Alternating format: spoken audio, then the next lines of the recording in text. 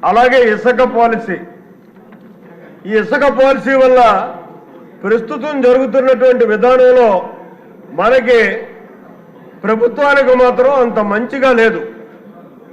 కాబట్టి దయించి దాని మీద పునరాలోచన చేయాలి. అధికారుల జోక్యం తగ్గించాలి. ఏదైతే గత పూర్వ విధానంలో ఎవరికి అవసరం ఉంటే వాడు వెళ్ళి ఇసుక తెచ్చుకునేటటువంటి విధానం ఉండేదో అదే విధానంతో మనం వదిలేసినట్టయితే పై ప్రాంతాలు పై రాష్ట్రాలకు పోకుండా నిరోధించగలిగి ఫ్రీగా ఆళ్లే వెళ్ళి తెచ్చుకునేలాగా, ఆళ్లే తవ్వుకునేలాగా, ఆళ్లే ట్రాన్స్పోర్ట్ చేసుకునేలాగా చేసినట్టయితే ఇసుక వల్ల మనకు మంచి వచ్చేటటువంటి పరిస్థితి ఉంటుంది అన్నది నా ఆలోచన.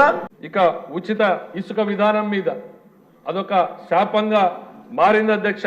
ఒకవైపు ప్రభుత్వం ఉచిత ఇసుక ప్రవేశపెట్టినా కూడా దానికి ఆశించినటువంటి ఫలితం రాలేదు అనేటువంటిది ముఖ్యమంత్రి గారు అనేక సందర్భాల్లో ప్రస్తావించారు అధ్యక్ష. ఇప్పటికీ కూడా ఇందాక జ్యోతుల్ నెహ్రూ గారు కూడా మాట్లాడుతూ ఇప్పటికీ ఇంకా కొద్ది ప్రాంతం గోదావరి జిల్లాల్లో ప్రాబ్లం ఉందన్నారు. కొండయ్య గారు మాట్లాడుతూ మొన్న కార్యాలయంలో కూడా ఆయన సూచనలు చేశారు అధ్యక్ష. ఎక్కడా కూడా ఇసుకకు ఇబ్బంది పడకూడదు, ఇసుక వల్ల కాంట్రాక్టు రంగం అంతా కూడా ఆగిపోయింది, నిర్మాణ రంగం ఆగిపోతుంది, తద్వారా కార్మికులు ప్రతి ఒక్కరూ నష్టపోతున్నారు అనేటువంటిది